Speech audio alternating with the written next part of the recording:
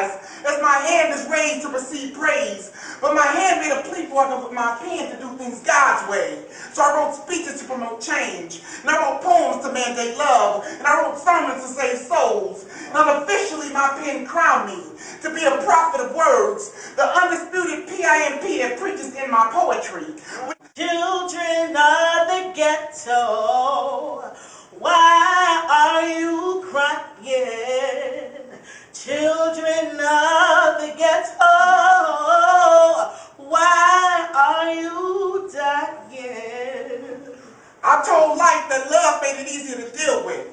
But I'm so sick of excuses cooked in promises just so we can digest it.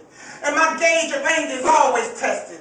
Within these city limits of race, of one color with different shades. Hating to love how I was raised. Unfazed by drive-bys, because that's how I keep track of time. Deaths divided by crimes. And it's only a matter of time when pissy hallways will only convict those who choose to ignore the stench. And I resent the fact that my lies are the only thing that made my reality make sense. To your heart, not caring where or how I land, then you will soon understand that I am not afraid of heights because I purchased a condo on Cloud 9. And I can vividly recall that your skin resembles the color of unknown fear for the sake of survival.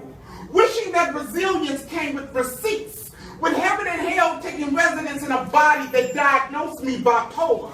The contradiction of hand grenades. How many times did I think of you in a 24-hour day, divided by the number of missed opportunities and carry the one, you believe just enough to purchase a ticket to your heart? With limited seats. To whom it may concern. When I spit God's gift, I go hard or I go home. Don't mind being alone because the God in me keeps me company. Yes. And when I was born, I was spoon-fed metaphors, so I bleed poetry. What? I am the epitome of self-fulfilling prophecy. Because I already gave names to my unborn seeds. My daughter will be named Rivalry and my son will be named Speech because I need revolutionaries as my legacy. Ooh. I said they labeled me crack in a school zone. All because I was aiming for high learning. Not knowing that I was going to be remembered as this fat little kid that hid his self-esteem in his lunchbox. You see, confusion only comes when we put God in a box that turns our love into landmines. Chasing freedom for the first time after I stuffed all of my burdens in a backpack and left them at a terminal on my road trip to redemption. God said, stop holding people accountable that's only here for a season. Then Mama said, stop inviting people to shows that never came to the rehearsal. Submissive to a purpose that made me marry it. So I spent for better or for worse, till death do us part. Poetry is not only an art, it is my means of survival. It is hostile to the abuser, healing to the listener, forgiving to the unreasonable. Hashtag, hip-hop says that I am poetry's prodigal son and I want to come home. John says, how can you be that selfish to think that I will wait for you? When you keep prayers in bottles that you only break in case of emergency. My mother said the kings are not made, they are born. Yes, and yes. I'm torn between what feels good and what's necessary. Realizing that coincidences are only God's way of remaining anonymous. And I am cautious of people with silhouettes that remind me of detours. Because favor put me on God's to-do list. And I've adopted ways to love with no forced entries.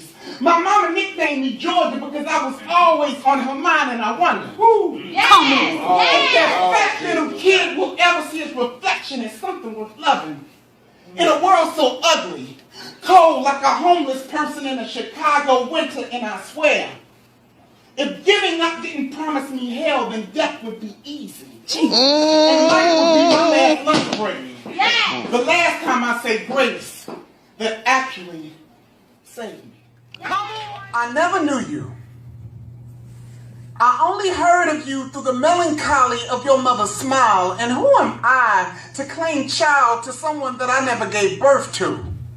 Pain shaded in the silhouette that you once stood tall in, felt safe in. And I understand how abandonment can force you to never want to fall in love with anything that you could say goodbye to. And who told love to turn the lights off? And whoever said it was easy to lose the battle just so you could win the war in a world that made it very clear that you have no rights here. You have no friends here. You have no God here. And fear always always leave scars just so you never forget where you came from.